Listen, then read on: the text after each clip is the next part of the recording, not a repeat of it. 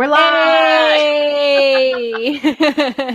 Happy Monday, everyone. Welcome to Happy Hour. I hope you have your drinks on hand. I know Maggie and I already started pre-show, so you're not going to get that nice little sound.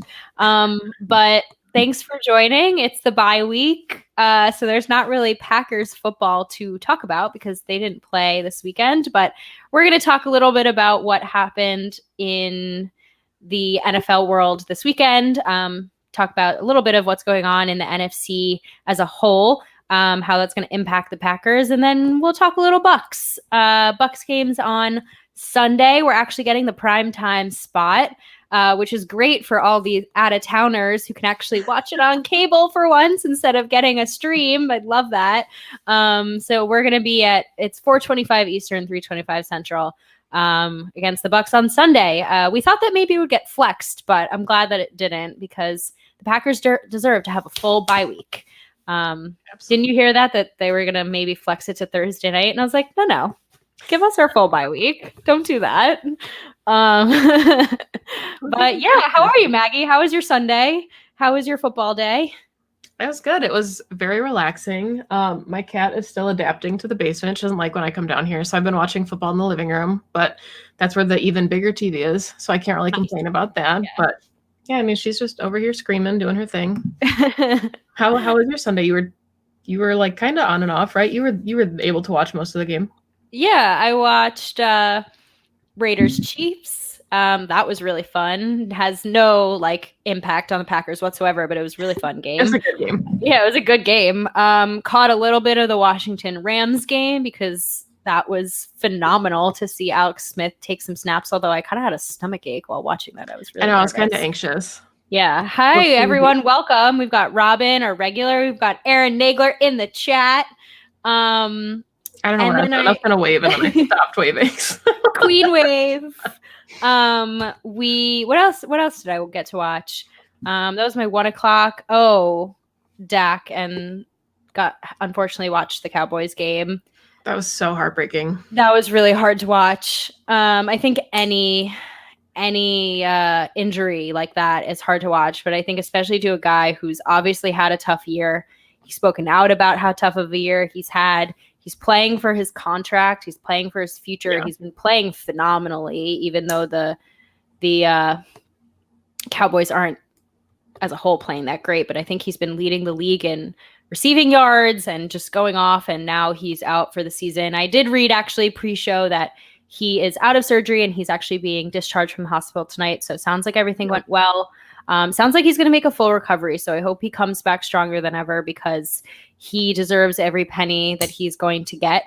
You and I talked about this, that we don't necessarily think that he's going to be playing for the Cowboys next season. Or at least we hope not. He's too good. Yeah. Honestly, they don't deserve him anymore. I think they got their shot and look at what happened. And he should go get the bag somewhere else. Secure the bag. Yeah. I'm really glad at the very least, that the franchise tag is fully guaranteed. That's I guess a silver lining. Should we share our predictions for where we think that Dak's going to end up next season? I don't really remember mine, but I'll let you go first. I think I had two. I had a hope that I wanted more so than where I think he might actually be. Yeah. I mean, yeah. So I think there are a few teams, obviously, that could go out and get a bona fide starter like him. But there are very few that I think would pay him to the level that he wants and someone deserves. But my personal prediction, you can take it or leave it. I actually kind of love the idea of him going to Washington and playing with Ron Rivera. I think that coach QB pairing is would make a good fit.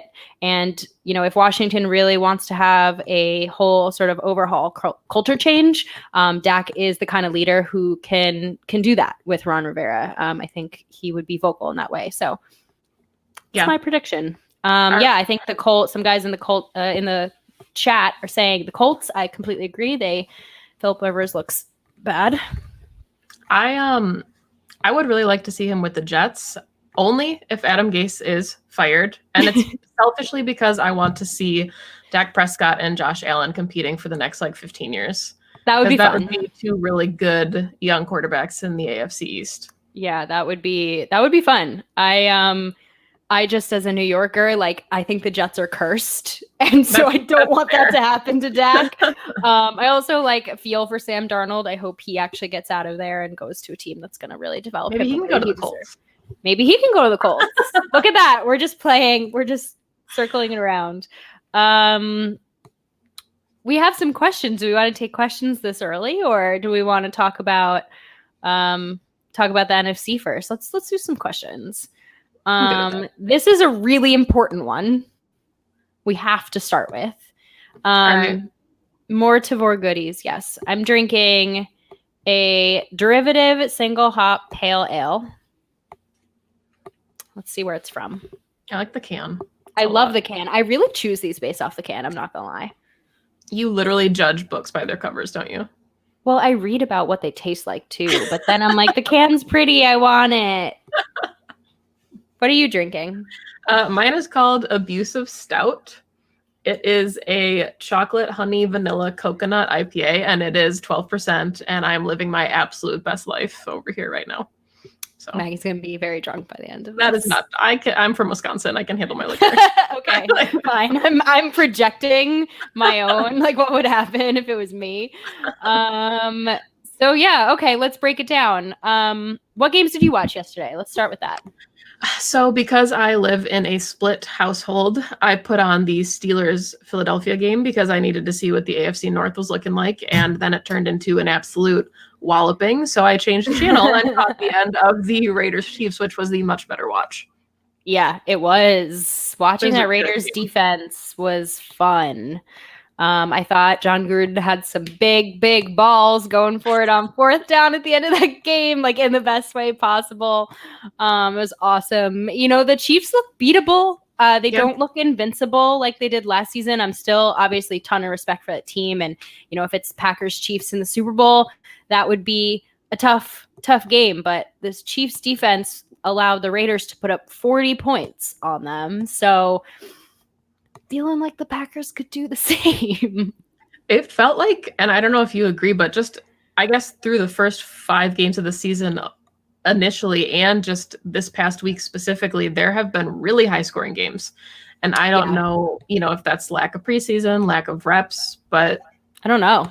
I've been wondering that too. The defense is clearly behind, which makes me feel a little bit better because, like, I think we are very critical of the Packers defense, and rightly so. We're allowed to talk about things that we think that they can improve on, but like Seattle allowed the Vikings to completely run through them. I think until Dalvin Cook got hurt last night, they were just running through them, and you know their defense doesn't look great, and they're still considered to be contenders. So I think it's just the year.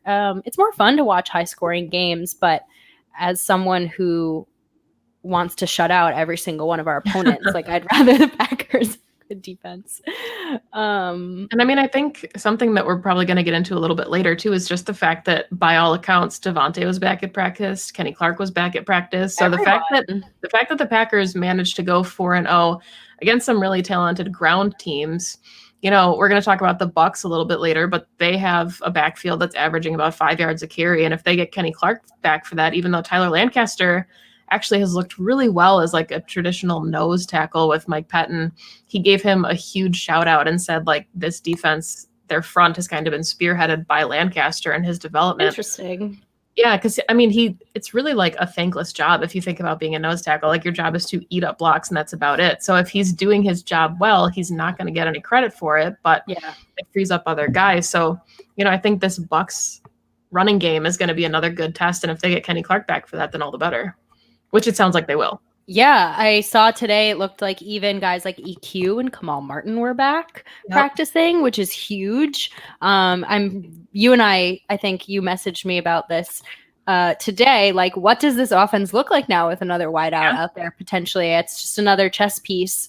And we haven't seen EQ in many moons, so I don't even know how LaFleur would use him. I always felt like he could be a fun kind of really tall mismatch in the slot. Yep. because he's pretty shifty like that, and he's fast. But he looked really good his rookie year. I actually thought he looked better than MVS his rookie year. I had him as a little bit above. But again, when you miss this much time, I mean, you're catching up hard. He's pretty far down the depth chart. But it's good to see everyone healthy. That's what you want in the bye week, right? That's what we were hoping for, is get the week off. Everyone's back, full strength. We need it for the next 4 games of our season. Yeah, and I mean, the Texans finally look competent. They got their first win of the season. They're coming up for the Packers soon. Want to know without B.O.B.? Are we surprised? Like, Free Deshaun! Free Deshaun! The free Deshaun movement is winning. I know, I can't. I don't know. If you follow me, you know like how much I love and adore and support Deshaun Watson. I obviously will not root for him in 2 weeks. But I hope he loses. I probably will bench him in my fantasy team.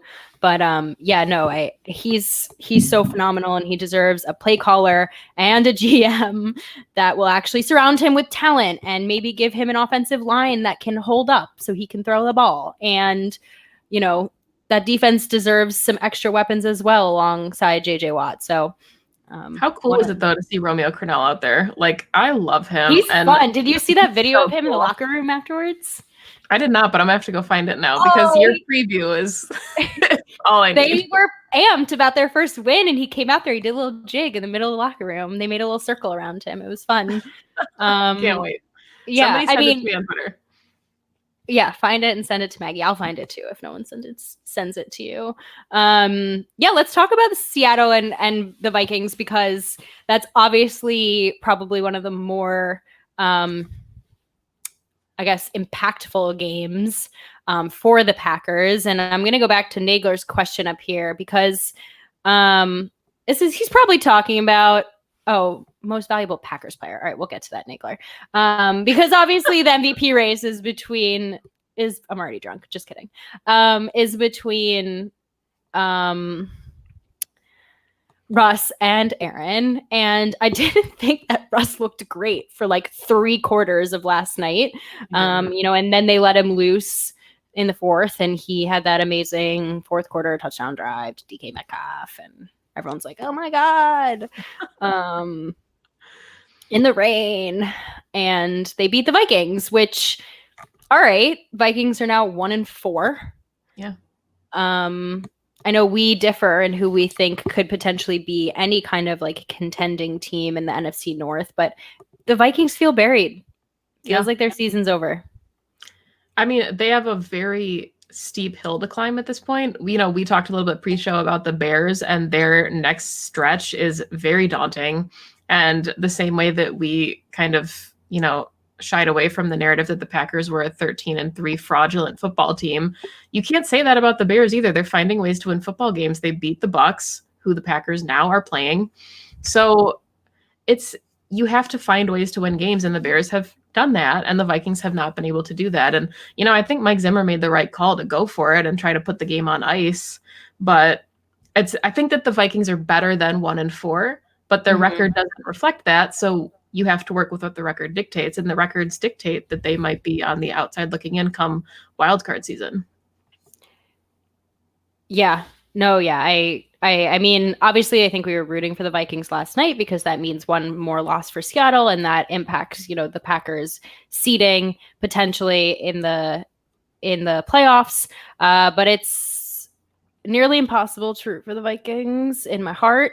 And also they just don't look like a contending team. Kirk is not good in the clutch. He can't come up big for them. I was thinking about this last night too. Like, we forget, like, Adam, not that it matters, but like their 2 best wideouts are Adam Thielen, who has obviously proven himself in the league as a phenomenal wide receiver, but undrafted guy, if you want to do that, because people do that for the Packers. And a rookie, Justin Jefferson, who again, looks to be an up and coming star, but he is a rookie. And I think last night, Zimmer did what he wants to do, which is just like run the ball down people's throats. And Alexander Mattison, if Dalvin Cook has to take any time off also looks like serviceable. But they're not it. Well, and it's weird because if you look at the Vikings on paper, they have all the pieces that they would need to be successful on offense. They have a serviceable quarterback. Like Kirk Cousins doesn't have to be an MVP. He just has to get the ball to his playmakers, whether it's Dalvin Cook, Adam Thielen, Irv Smith Jr., Justin Jefferson. Like he's got pieces. And then their defense especially has, potential to just be one of the best units in the league. They've proven that. So This is a squad that should be so much better than it is. And I know that they were missing players. Do you think it's coach? Do you think it's Mike Zimmer? At this point, I'm starting to think that, yeah, it could very well be him because... Good thing they just extended him.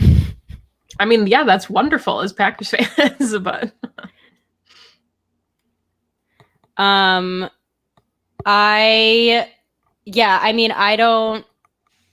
I don't know. I mean, the defense looked great in the first half.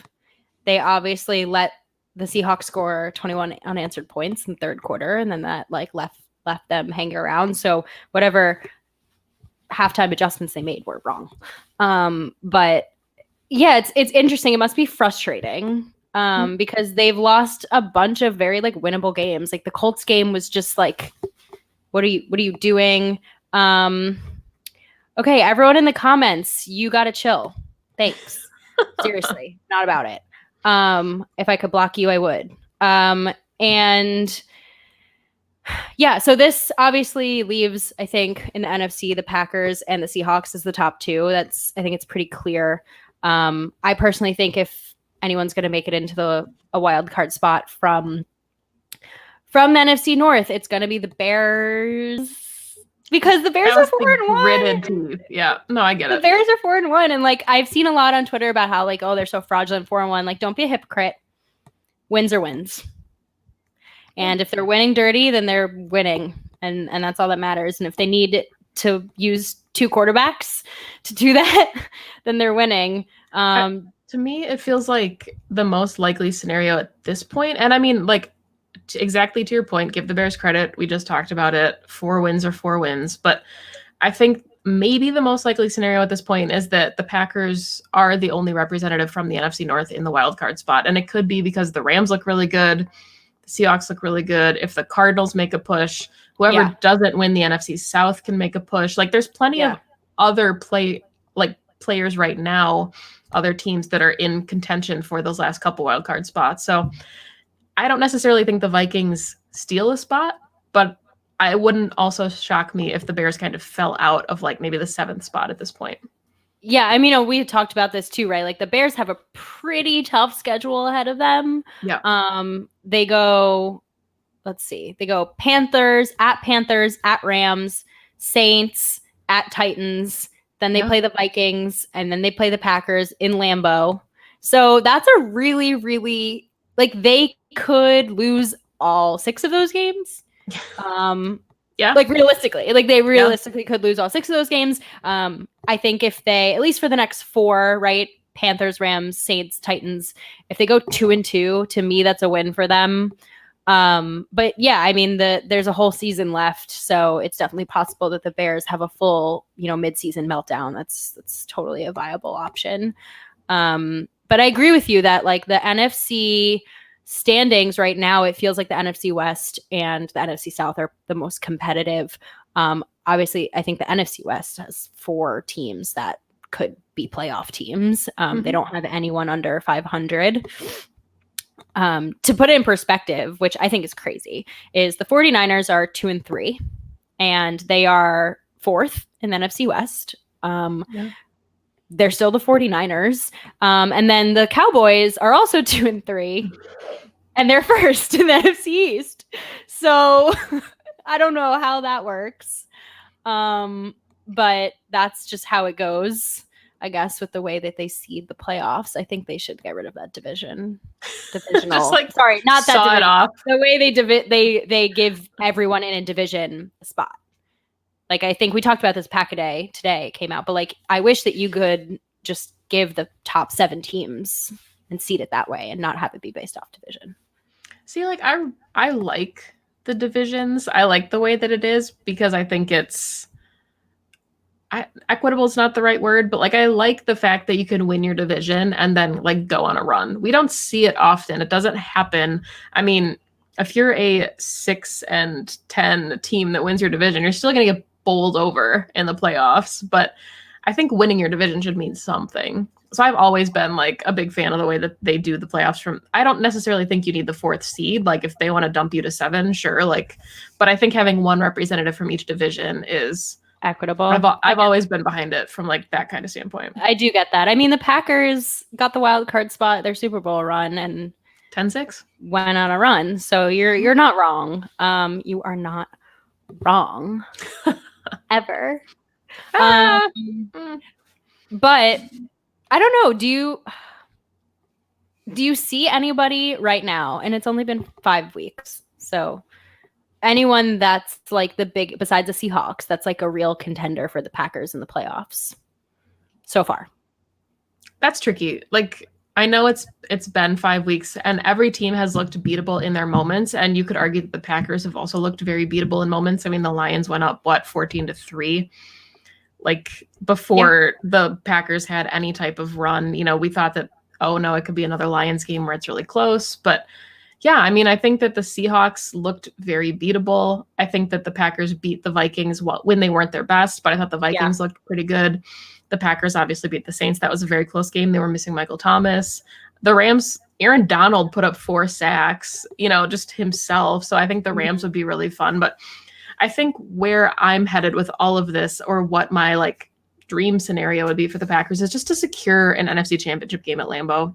And this feels like their best shot to do that this season. And it would be so unfortunate if this finally does happen for Aaron Rodgers when we can't have fans in the stands. So Wisconsin, wear a mask, please. Thank you. And then maybe we can all go watch Aaron Rodgers in the NFC Championship game. But anyway, if you get Drew Brees, or if you get Jared Goff, or if you get some of these quarterbacks having to come to Lambeau on their way to the Super Bowl, Lambeau in and of itself in February is a nasty, frigid place to play. And that is an advantage for the Packers, even without fans in the stands. So yeah, that's so true. Like if this is the year that the Packers finally get the NFC Championship game at home, it doesn't matter that there's no fans. The weather is always going to be an advantage. And especially against, warm weather or dome teams, it just would be completely, completely different. It would be more fun if there were fans there. Wisconsin. Absolutely. Get your shit together. Thank you. All right, let's talk about the NFC South, because that'll lead us into, Mark. Yeah. Because that'll lead us into a little bit of our Bucs preview. So, like you said, the NFC South is also, I think, very sneaky competitive between the Bucs, the Saints, and the Panthers, leaving the Falcons off for obvious reasons. The Bucs are 3-2. The Saints, depending on tonight, could be 3-2 or 2-3. And then the Panthers are also 3-2. So it's neck and neck there. Between those 3 teams. We have already beaten the Saints. We play the Bucs next, and then the Panthers. But the Panthers are starting to get their groove together, and they're going to get Christian McCaffrey back one of these days. And likely it will be before the Packers play them, and we know what a difference maker he is. So very competitive division that we got the draw for, besides the Falcons. Yeah, and I'm sorry, Perri, because I know you have Christian McCaffrey on your fantasy team, but I have Mike Davis, and he has been putting up numbers. Yeah. So if they could just delay the McCaffrey return, I would really appreciate that. See, I want the opposite, because my 2 running backs this week, we don't need to talk about fantasy, but my 2 running backs this week put up a combined 1.2 points. So how about Matt Rule, though? Like, as a head coach, like coming in his first season, and Teddy Bridgewater not being with the Vikings makes him so much easier to root for. It's like his injury was so scary, and the fact that he has bounced back with the Saints and now he's getting a chance to start and looking really good doing it. The Panthers are one of those teams that like kind of easy to root for them as far as like which players are on the team and their new head coach, except of course, obviously when they play the Packers, then total domination always. But yeah, no, this is a great question from PJ. And I think it's a combination of losing Michael Thomas and Drew Brees not being his normal self. I think Michael Thomas is so dynamic, and when you have Drew losing some of his touch to also lose, a guy like Michael, who's a little bit of his security blanket, I think compounds. And I feel like that's probably why they're not rolling as much as they should be. And I also think that sometimes they get a little cute. And I think Sean Payton needs to just do what he needs to do to win and not like throw Taysom Hill there when he shouldn't be. But I say that in a joking manner, but I genuinely believe that. Like, Drew Brees may not look like prime Drew Brees, but he's still Drew Brees, and don't take the football out of his hands. I want to see Drew Brees throw some deep balls. And I think that that's one of the things that the Saints offense has been missing. And we didn't see it a lot in the Packers-Saints game because they were relying on that kind of dink and dunk. And when Michael Thomas comes back, given his speed, that's, I think, something that we're going to expect to see more of from the Saints kind of in the second half of the season. And Michael Thomas is healthy this week, and he's not playing because he punched someone in practice, which is wild, and I kind of love it. But yeah, so we'll see what that offense looks like when he's back. And I kind of want to see if Drew Brees airs it out more with him on the field, because right now it seems like he's taking his checkdowns, and most of the time that checkdown is Alvin Kamara, who can be with his legs. Yeah, so. I mean, Alvin Kamara of all the checkdowns is not the worst one. But at the same time, it's predictable. It's predictable. And it's a little disappointing that the Packers didn't plan for that level of predictability, but a lot of defenses are going to. And a good defense will figure out a way to stop Alvin Kamara, and that essentially stops the Saints from rolling in any sort of capacity. And the 14 missed tackles don't help. I mean, I think, Mike Pettin has said, like, my style as defense is you're not going to burn me with the big play. A check down for 5 yards should not burn you for a touchdown. Like, you just got to tackle. Right. Yeah. I think that I don't want to blame this, but I'm going to be a little of a homer and say, like, the shortened off season, the no preseason games, the lack of reps, they're not tackling in practice for obvious reasons, for injury purposes. Maybe there's something to that. Maybe you should be. And maybe they're missing some of those preseason games to get themselves right. But at this point, we're 5 weeks in. Tackling should be that's the basics. Like, how are you in the NFL if you can't tackle? That's like some Pee Wee League shit. We don't tackle in Pee Wee League, Perri. We don't do that to the kids. I don't know. We don't do that to the children. I don't know. That was more for dramatic effect than I can't wait till you're like a football mom. Screaming at your kids. I'm gonna be, there's actually a running joke with my sister and her boyfriend about how I'm gonna be like the crazy football aunt. I'm like, come to all their kids' games. I can't wait. My sister's like, I wouldn't be surprised if you and Austin were out there like screaming on the sideline. You're gonna be the coach. What are you talking about? My goal is to coach my kids' Pee Wee team. That would be so fun. That's what I want in my life. That would be so fun. Yeah. Todd, this is an interesting question, which leads us into our Brady conversation. You sounded so upset to have to talk about Tom Brady. Just well, okay. I live closer to New England than you, and I deal with significantly closer of obnoxious Pats fans live here. So I can't stand them. Look, they are 43 and 41, and Rodgers is 36. The way both of them looked at 36, you thought that they were invincible. Mm-hmm. So it's kind of a yes and no. I think what the Packers did was smart. You look at the way Phillip Rivers is playing. Who do the Colts have? Jacoby Brissett? If they thought that he was their QB of the future, they wouldn't have traded for Phillip Rivers. You'd get Brady on 2 years.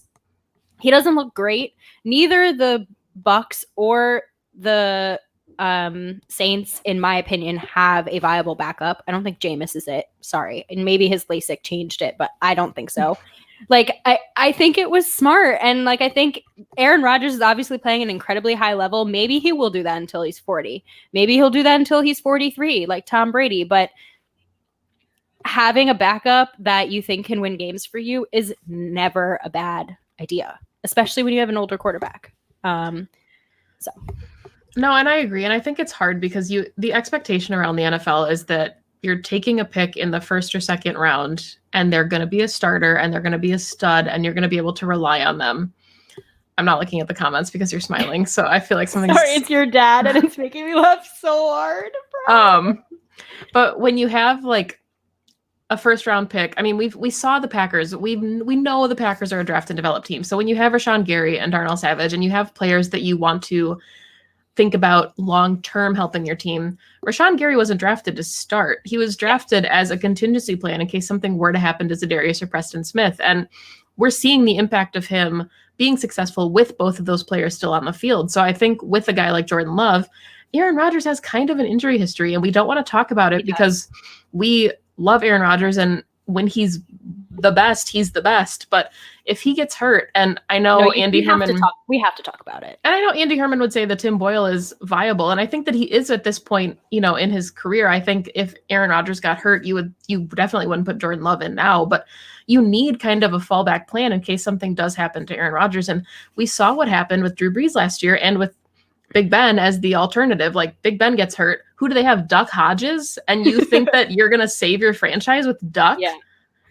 If you're Drew Brees, you save your franchise with Teddy Bridgewater. You forgot about Mason Rudolph. Helmet head? Yeah, no. You skipped over racist. I did that on purpose. I did that. Was entirely on purpose.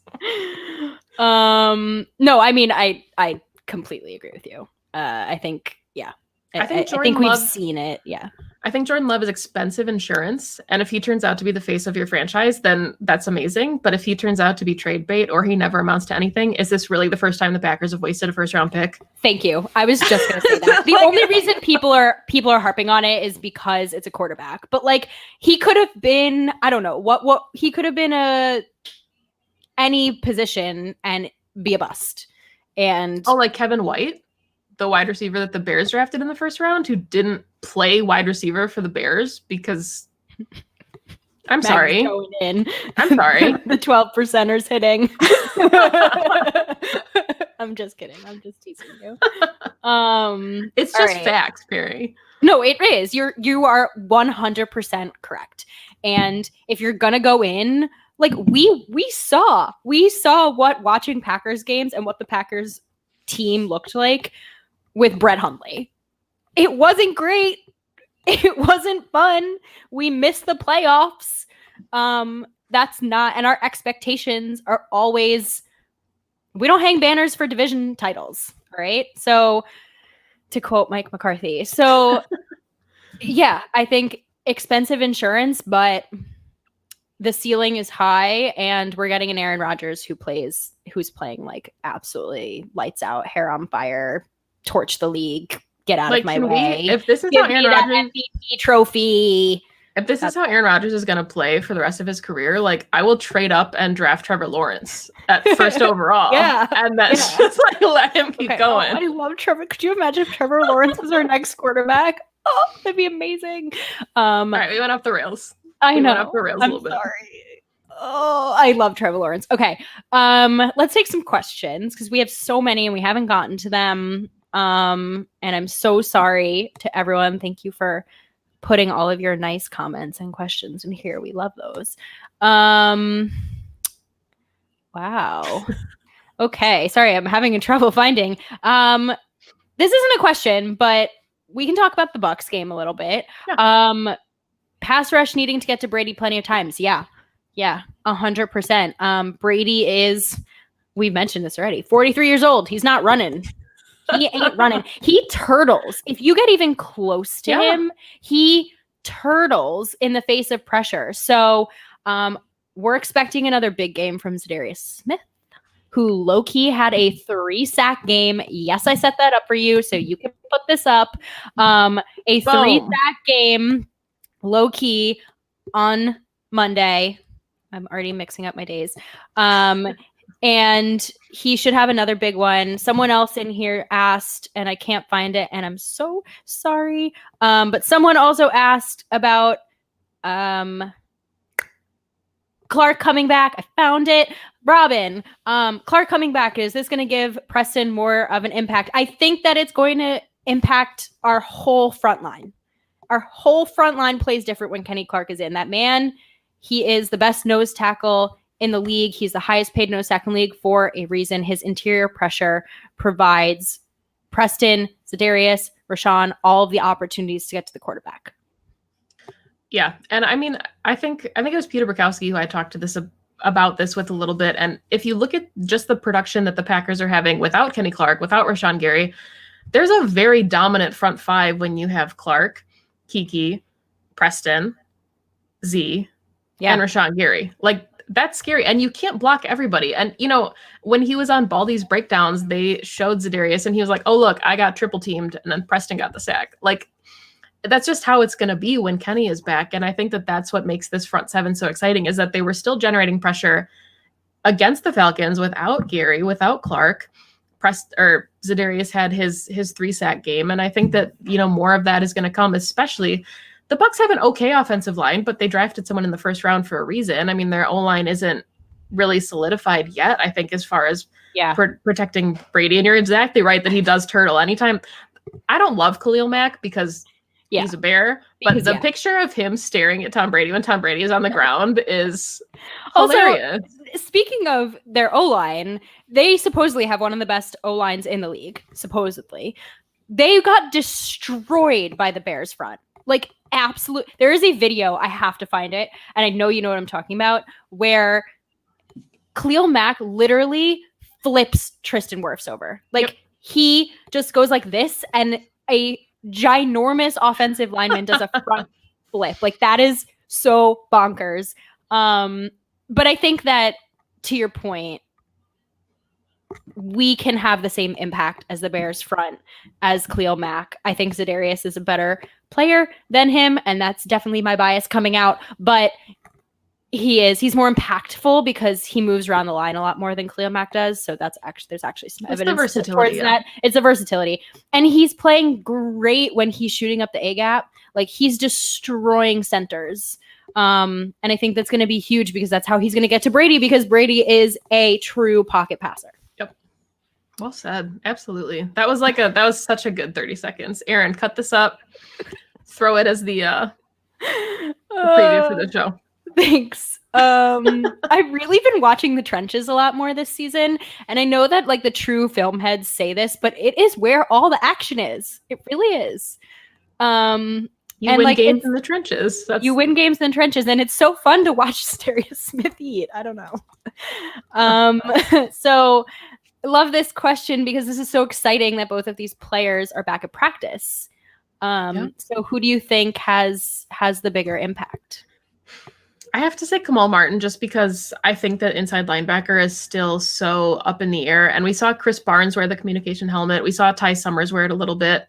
If Christian Kirksey comes back, I think there's going to be plenty of reps where they have a couple linebackers on the field at a time. So as much as I love EQ and I'm excited to see what he can do, I think he could maybe be a guy for Rodgers until Allen Lazard comes back. But Allen Lazard, to me, really feels like Rodgers' new security blanket. Like, I know that you always have Devontae Adams, but Allen Lazard has proven that he can be open and he can be the guy on third down. So when he comes back, he's going to obviously go right back to wide receiver too. So, but I think EQ does bring another dynamic to this offense. We saw them run jet sweeps with him when he was in his rookie season. And I know that obviously his sophomore season was lost to injury, but I think he's different enough from MVS that get both of them on the field at the same time, and someone will be able to make a play.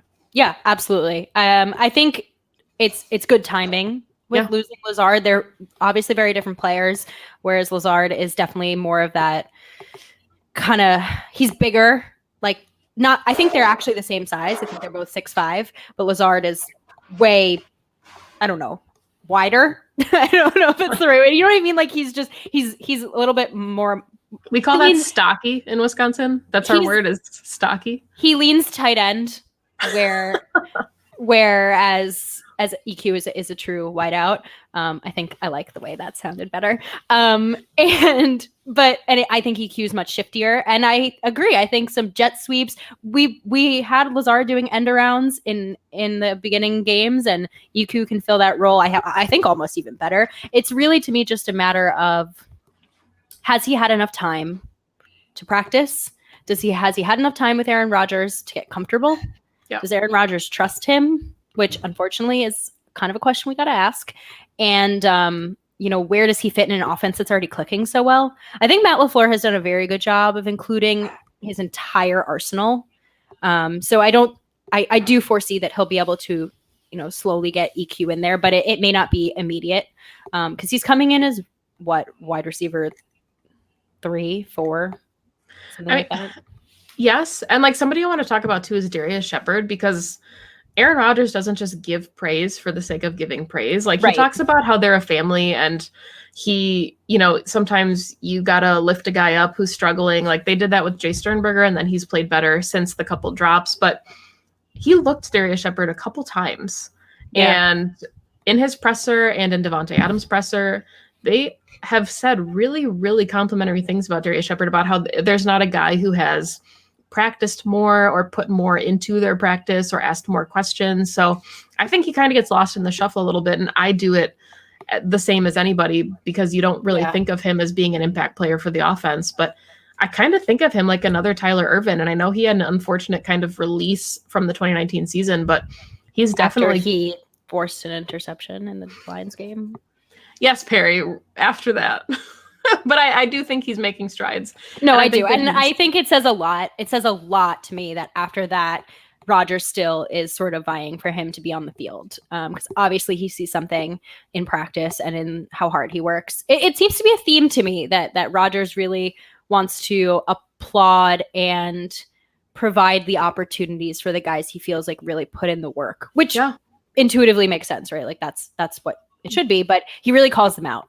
Tanyan is absolutely another example. Like there's players where it's like if Rodgers gets your ear, you're in. And I think Bob Tanyan is the perfect example of that, because, he got hurt. And one of the first things Rodgers said after his 3-touchdown game was like, we knew it was coming.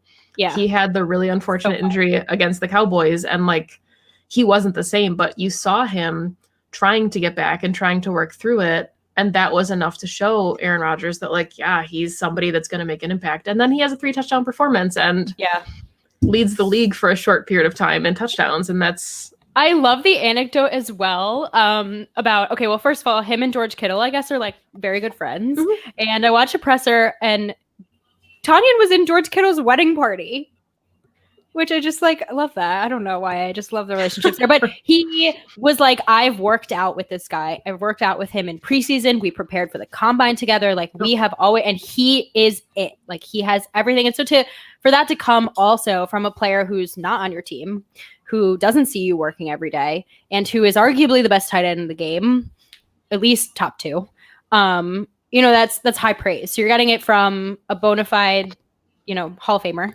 and one of the best tight ends in the game. Like there's something to it. And this is so hard too, because like, obviously if the Packers drafted a Justin Jefferson or a Chase Claypool in the first couple rounds, like you would be seeing that impact on the field. But there's also always going to be players that fall through the cracks, where you do have a Robert Tanyan who was undrafted and is stepping up, because honestly, he's outperformed Jay Sternberger in the first. And I mean, we could say that's growing pains. Yeah. He also has multiple 2 seasons on him in the system, or at least in the locker room, not in Matt LaFleur's system. Yeah. And we know the tight end is a little bit of a tough come up in the NFL. But I agree with you. He is clearly tight end 1 over Jay Sternberger. And I don't think that's a knock to Jay Sternberger at all. I think he's clearly improved.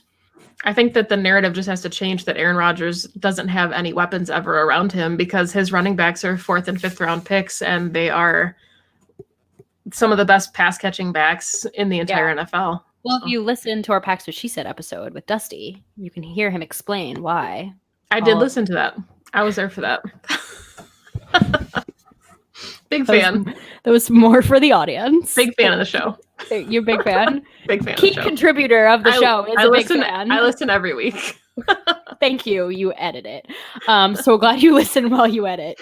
But my point is that Dusty makes a lot of really great points about why this offense is clicking, why the pieces that we have are may not typically conventional pieces that every other team is taking, but they're working because it's the offense that Matt LaFleur wants to deploy. And so we're going to take a question from your dad.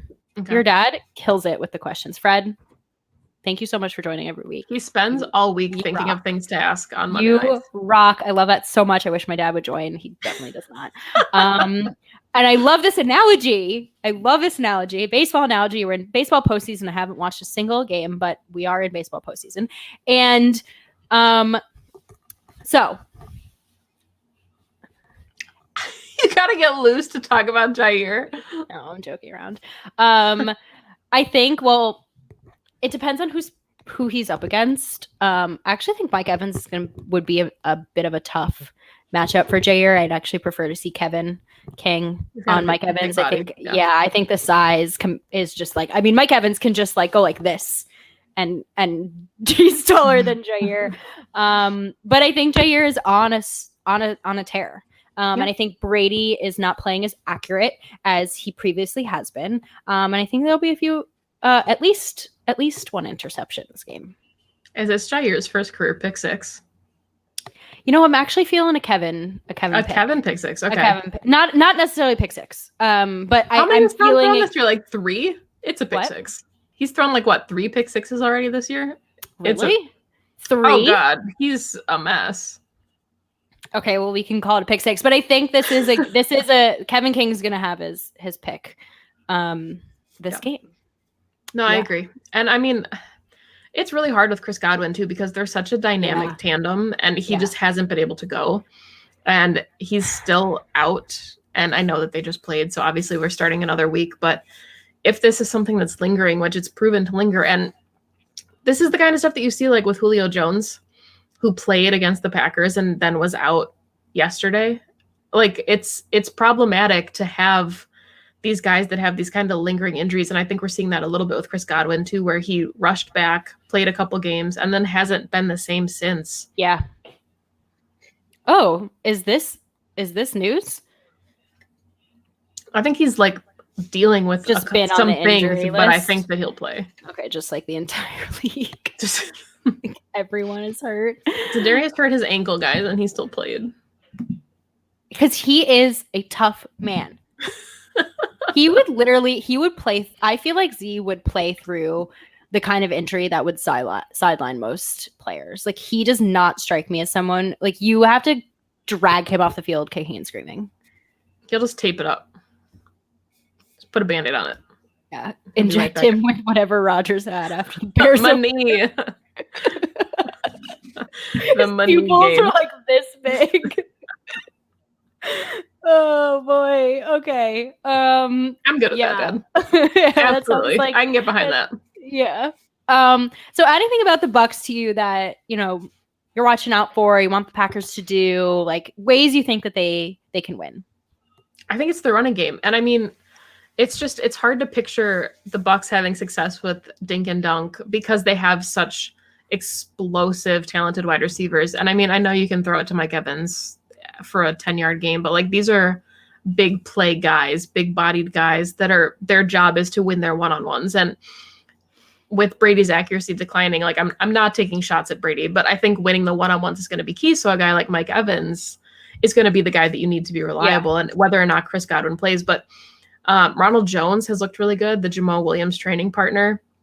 He has kind of been their premier back, even though they picked up Leonard Fournette. But both guys are averaging about 5 yards a carry. So I do think it kind of comes down to the running game. And I think it'll be dependent on the kind of pressure that this front seven can generate against Brady. Because like you said, he turtles. And if you can get near him, he kind of gives up the play. And I think if Jair and Kevin can just create enough of a blanket to give Z and Preston and Kenny and whoever else is able to actually go time to get after Brady, that's going to be the key to the game.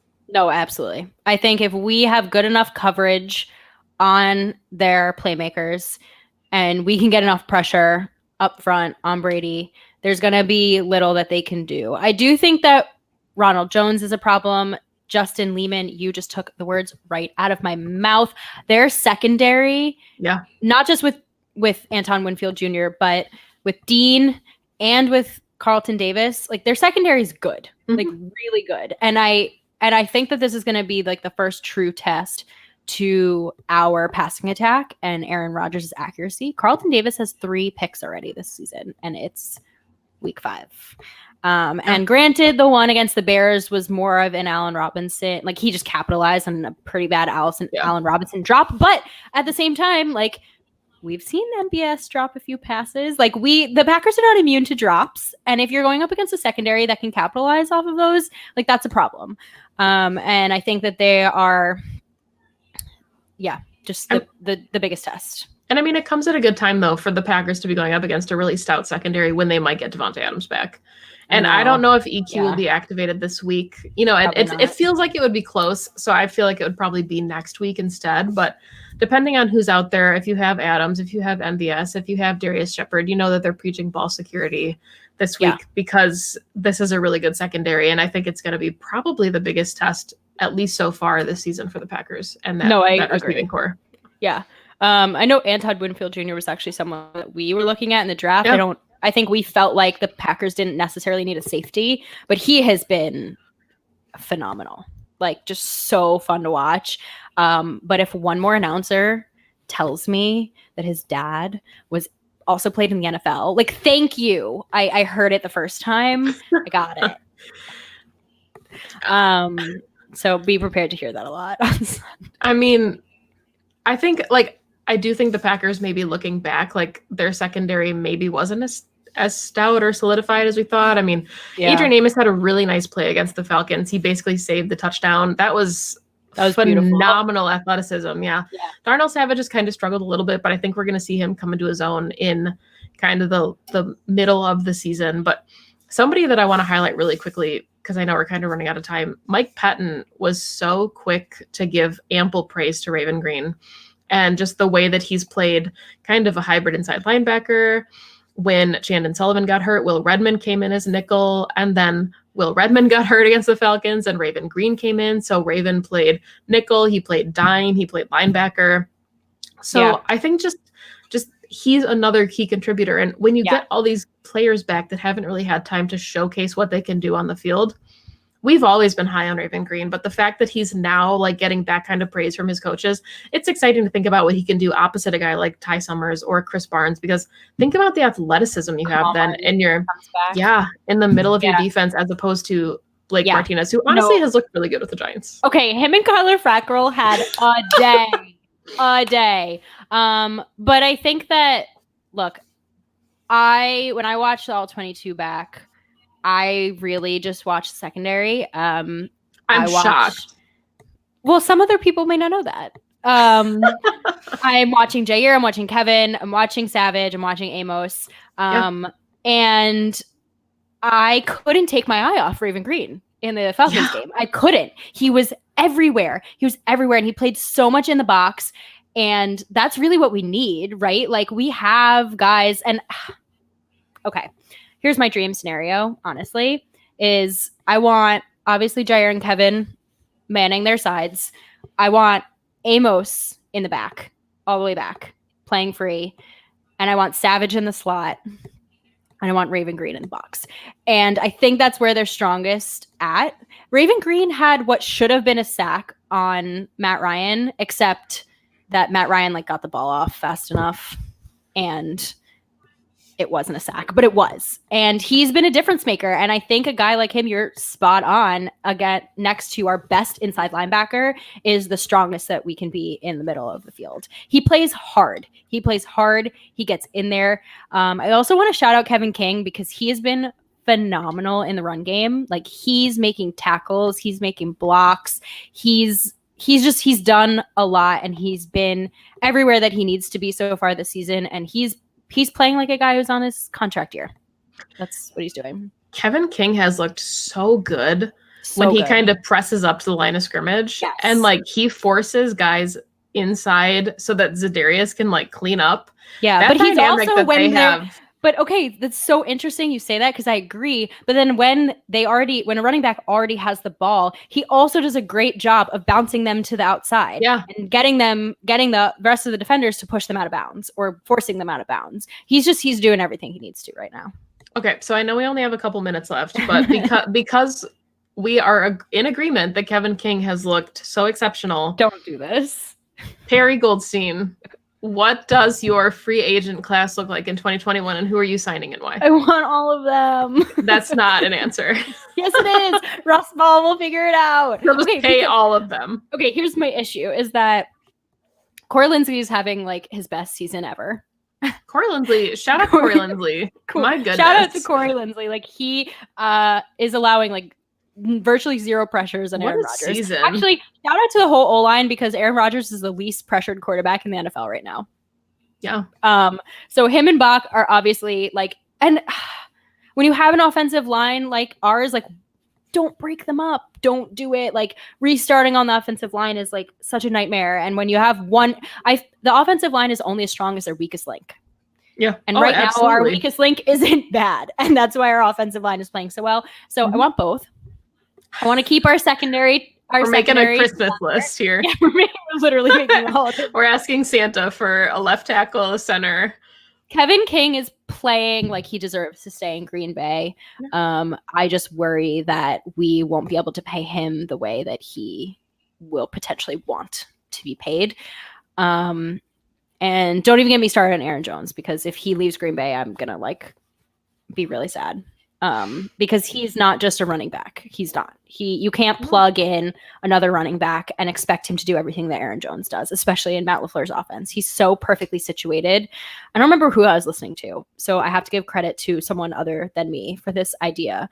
But like, I think Aaron Jones, and I hope that he and his agent feel this way, realize that he is in the best place possible. Like, he is having the success that he is because of where he is and in the scheme that he is and on a team that can put him in the position to succeed. And so I hope and he seems like the kind of guy who will stay somewhere for a little bit of a lesser contract and not be all about the money.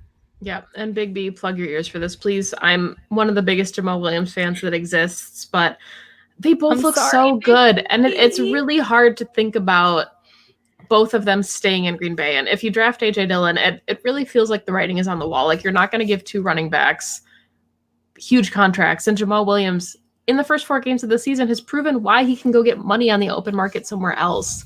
Yeah. So whatever happens with those guys, they both look so good.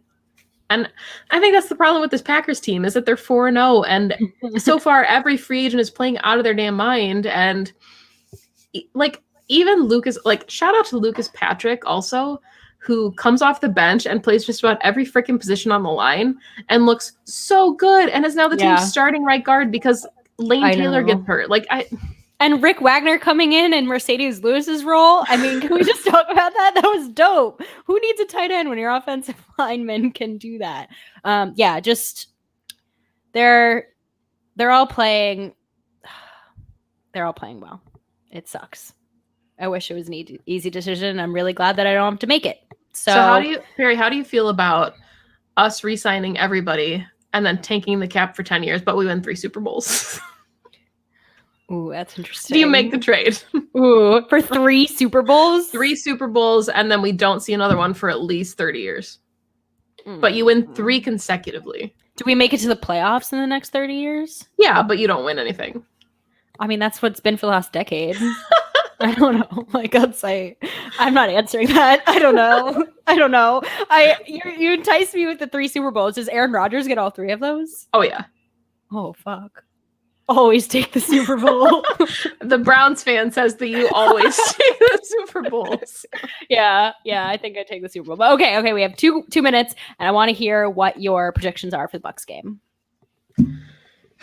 I think it's going to be really close. I think that this is a Packers team that is rolling. And I thought it was interesting because Matt LaFleur in his presser was asked, like, does the bye week, it came at a good time as far as injuries, but are you worried that it kind of like halts your momentum? Because you are rolling and then you have to kind of stop like dead in your tracks.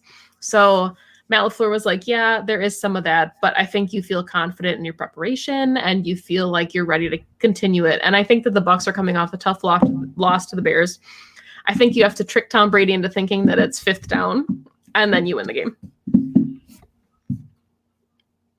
Numbers, counting. Do you see what I did there? Not Brady's strong suit. Do you see what I did there?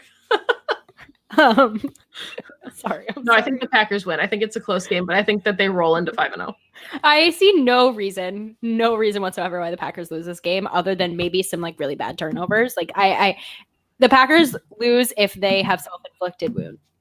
That's like, really how I feel about this team right now. I think they can only beat themselves.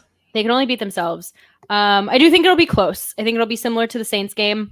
It'll be a close game. It won't be an easy win. It won't be like the Vikings. One. Come on. We won 40. Shade. Whatever. It's really just truth. Yeah, I like this a lot, actually. Your dad has a good one. I like 35 for the Packers. I like 35-33. I like 35-32. Like I still think it's somewhat high scoring. Keep putting up 30. That's all. Just keep it going as long as possible. No turnovers and over 30 points. Okay. It's so interesting you say that. We're at time, but it's so interesting you say that because if you put up 30 points and you don't turn the ball over, you win the damn game. You win the game. Yeah. So 5-0. 5-0. That's what we're predicting. Thank you all so much. Thank you so much for joining us in this bye week. Somehow we scrounged together an hour of football talk, and we could keep going. I totally could keep going.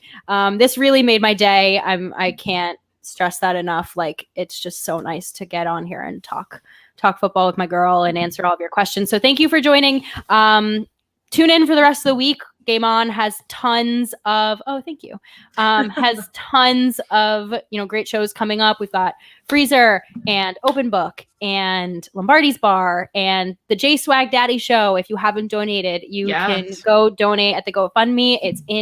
It's pinned to Game On Wisconsin's Twitter. Really, really great cause that Jamal Williams is collecting for. It's going to provide toys and gifts for children in the holidays. So yeah, follow Game On Wisconsin for all the updates. And as always, can't end a show without a Go Pack Go. Go Pack Go.